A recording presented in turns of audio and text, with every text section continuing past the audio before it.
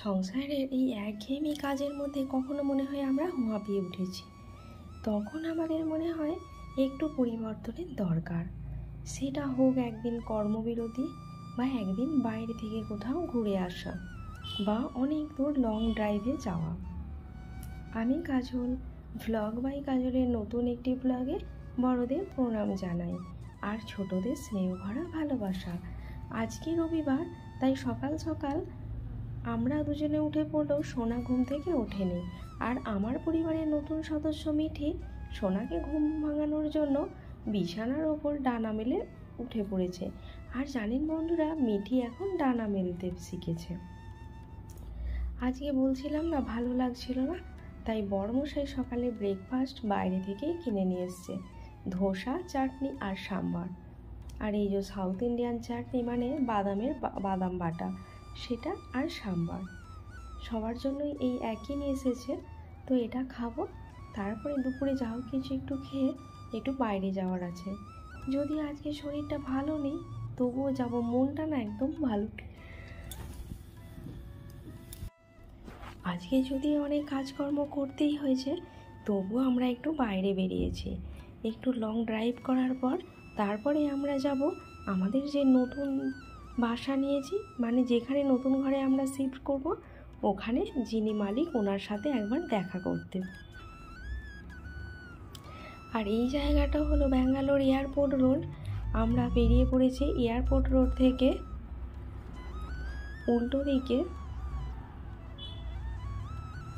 এই জায়গাটা বেটরামপুরা। এখান থেকে আমরা ইউটার্ন নিয়ে চলে যাব বিদ্যানারায়ণপুরা, কারণ ওখানে আমরা যে নতুন ঘর নিয়েছি সেই জায়গাটা বিদ্যানারায়ণপুরায়। আর ওখানে ওই রুমের মালিকের সাথে একবার সাক্ষাৎ করে ওনাকে আমাদের আধার কার্ড দিতে হবে। আর এখানে জানেন, আপনাদের হয়তো আগের ভিডিওতে বলেছিলাম রুম নেওয়ার আগে এগ্রিমেন্ট পেপার বানাতে হয়। সেই জন্যই রুমের যে ওনার উনি আমাদের আধার কার্ড চেয়েছেন এগ্রিমেন্ট পেপার বানানোর জন্য। যদিও আগে যতবার আমরা রুম চেঞ্জ করেছি ততবার নিজেদেরকেই এগ্রিমেন্ট পেপার বানাতে হয়েছে। এইবারে রুমের ওনার বললেন আমি এগ্রিমেন্ট পেপার বানাবো, তোমাদের ওই সব কিছু দায়িত্ব নিতে হবে না। তো বেশ কিছু তো ড্রাইভ করার পর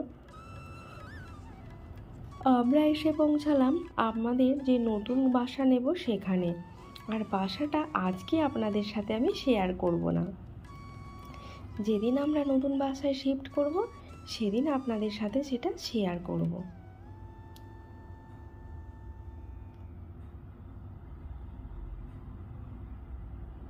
আর এই জায়গাটা জানেন ভীষণ ঘিঞ্জি।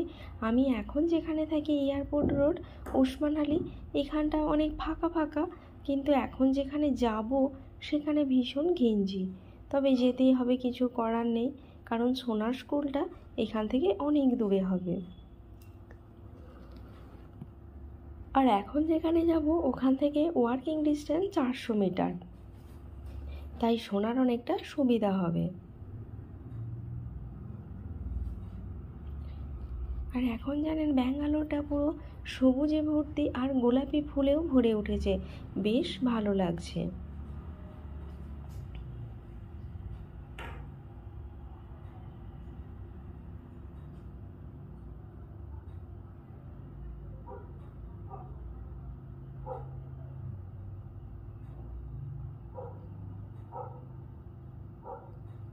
পুরো রাস্তাটাই যাওয়ার সময় আমি ভিডিও করেছিলাম, তার থেকে কিছু কিছু অংশ কেটে কেটে আপনাদের আমি শেয়ার করছি। এখন দেখুন গাছগুলো পুরো ফুলে ফুলে ভরে উঠেছে।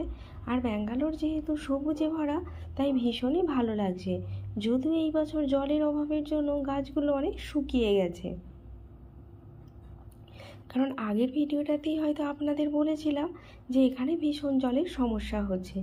তারপর এই যে আমাদের রুম থেকে বেরিয়ে আমরা চলে এসেছি এলেঙ্কার এই জায়গাটায় কয়েকটা ভিডিও আগে আমি আপনাদের সাথে শেয়ার করেছি।